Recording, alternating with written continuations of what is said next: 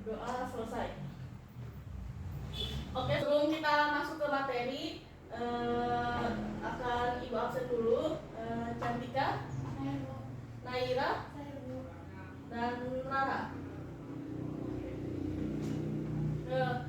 Pada pertemuan kali ini kan akan membahas tentang teks prosedur. Nah, Ibu akan bertanya siapa yang masih ingat di pelajaran sebelumnya kita membahas tentang teks deskripsi. Oke, bagus. Kita masuk saja ke teks prosedur ya. Teks prosedur di sini merupakan teks yang berisi langkah-langkah atau cara pembuatan sesuatu.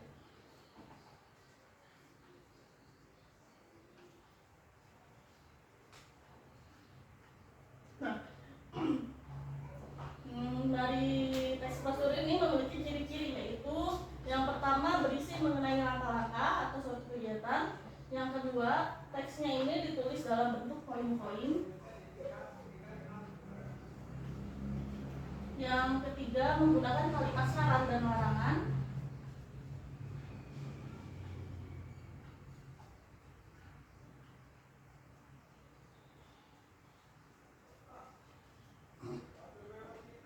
Yang keempat, disusun secara sistematis tapi detail. Yang kelima, menyajikan informasi yang bersifat objektif.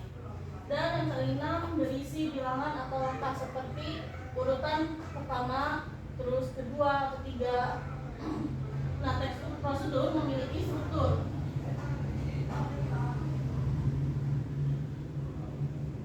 Ada 4 struktur teks prosedur.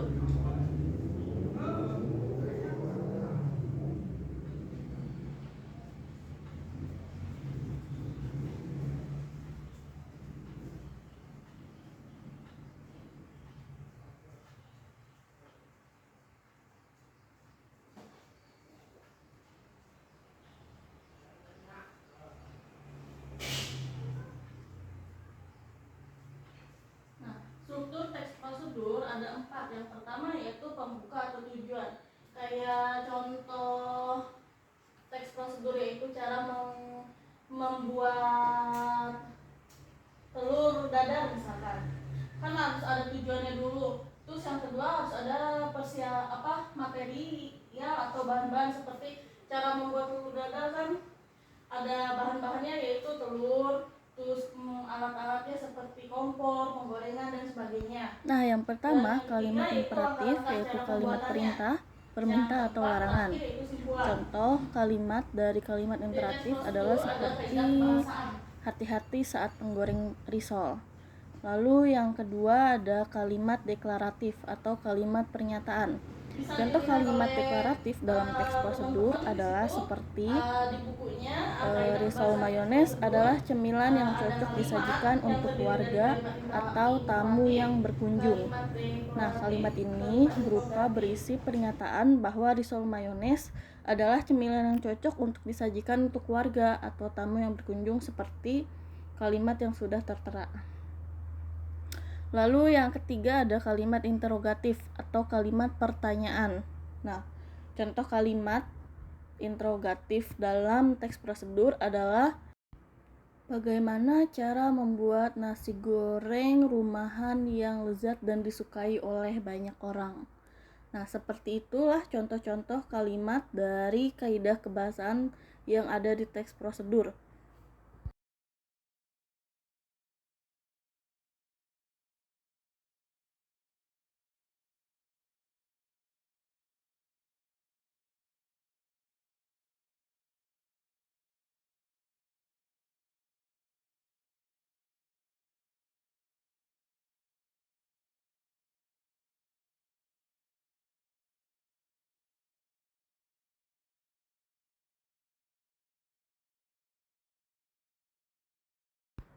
Nah, kata ganti orang atau benda ini atau yang disebut pronomina dibagi menjadi 2 di dalam teks prosedur. Yang pertama ada pronomina penunjuk.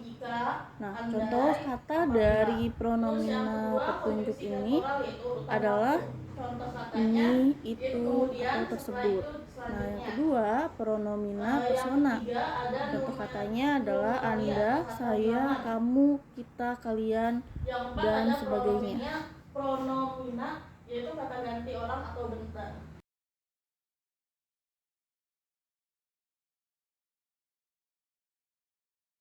Nah, yang pertama yaitu kata kerja material atau verba material, yaitu kata kerja yang mengacu kepada tindakan fisik.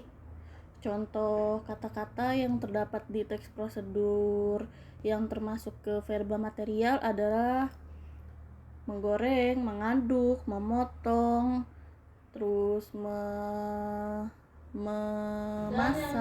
mengeringkan. Nah, yang kedua ada verba tingkah laku atau kata kerja tingkah laku, yaitu kata kerja yang ditujukan lewat ungkapan yang tingkah lakunya tidak bisa dilihat dengan kasat mata. Contoh katanya seperti memahami, berpikir, dan sebagainya.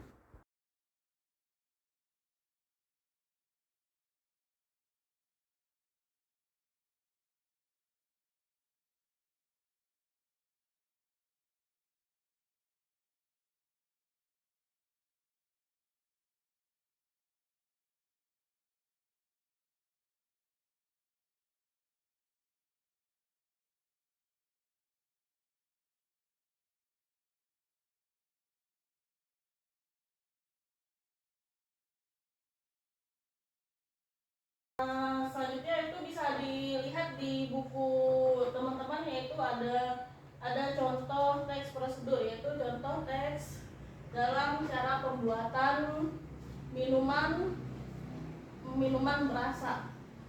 Bisa dilihat dan bisa disesuaikan dari strukturnya, itu terdiri dari pembuka, material, langkah-langkah, dan simpulan.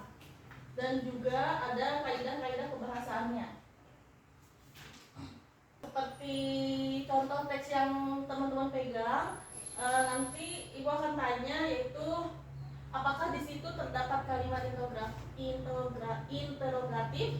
Jika ada, silahkan menjawab. Siapa yang bisa memberikan contoh kalimat interrogatif dari teks prosedur yang kalian pegang? Ya, silahkan. Contoh, bagaimana cara membuat risol mayones yang lezat? Oke, bagus ya. Begitu saja materi teks prosedur kali ini. Jangan lupa nanti kalian masing-masing membuat satu teks prosedur, dan pertemuan selanjutnya akan dipraktekkan di depan ya.